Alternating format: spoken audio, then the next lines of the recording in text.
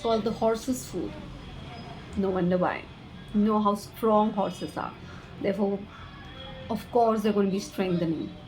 Chanak or chana is strengthening. It improves your body strength. So if you want to build muscle mass and if you want to build the body, of course the people who are into fitness, they already know this. They're already consuming chana on a regular basis. And yes, it is rich in protein from the perspective of modern science, and from perspective of Ayurveda, it is strengthening balya. Hello and welcome to Health Pacific. This is a highs and lows series where we scan everyday food items from the viewpoint of Ayurveda and modern science very quickly. And our topic for today is, according to Ayurveda, it's called chanak. According to Marathi, it is called harbara or chane.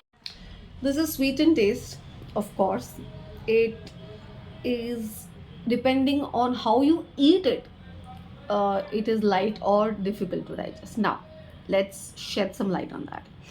If you consume sprouted version of this, or raw version of it, it is difficult to digest. But cooking it, either you boil it or roast it, what we call futane. If you consume it that way, it gets lighter to digest. So depending on how you eat it, it's either heavy or light to digest. But they're extremely nourishing. They increase vata dosha due to its drying properties and decrease pitta and kapha dosha. But because it's drying in nature, it is extremely beneficial for people who are trying to lose weight. So weight watchers, you might want to indulge into a good dose of chana in your diet. Now you might think that just because it's drying in nature and it increases vata dosha, therefore it may be constipating, but it has a good amount of fiber. Again, if you consume it raw or if you consume it in the sprouted form raw, then it is going to tax your agni, so it is going to be difficult for your body to digest.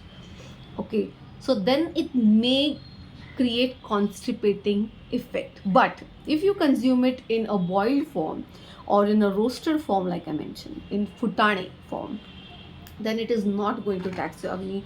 It is going to definitely help in improving bowel movements. Because it is grahi in nature, it may absorb excess moisture from your stools. So overconsumption, however, may cause constipation. So you might want to keep a watch on how you're consuming it, how much you're consuming it, and may even consider adding extra fiber while you're consuming harbara or chana. Now, this one's also loaded with other health benefits. Like, it is beneficial in various respiratory disorders. Like I said, it decreases kapha dosha. So where excess mucus is present in those respiratory disorders, this is definitely going to help. It is good for heart. It's rudya. And therefore, with all these great properties, one must consider consuming harbara or chana or chanaka into their day-to-day routine, dietary routine. Now let's talk about the lows, shall we? Again, when it comes to chana or chanaka or harbara, too much consumption is going to deprive you of its great health benefits. So especially people who are into fitness, just for the protein intake from chanaka, please do not overconsume it, because then it is going to show deleterious effects on your body. Like in various skin conditions, if you eat too much of this, then it is going to aggravate your skin related issues. Like I said, it's constipating if overconsumed or if it not combined with the good amount of fiber. Again, too much protein, excessively, continuously indulging on it is going to put a lot of pressure on your kidneys to digest that protein. So moderate consumption of this is always recommended. And like I said, already addressed, sprouting it or eating it raw should be avoided as much as possible, because it is very difficult to digest it raw.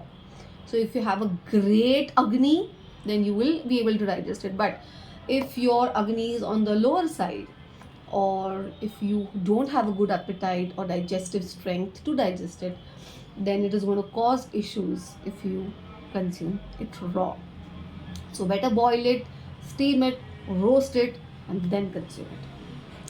I think that's all that we can quickly cover about Chanaka from the perspective of Ayurveda and modern science. We'll be back with another ingredient which we will scan from the lens of Ayurveda and modern science very quickly. Thank you so much for watching.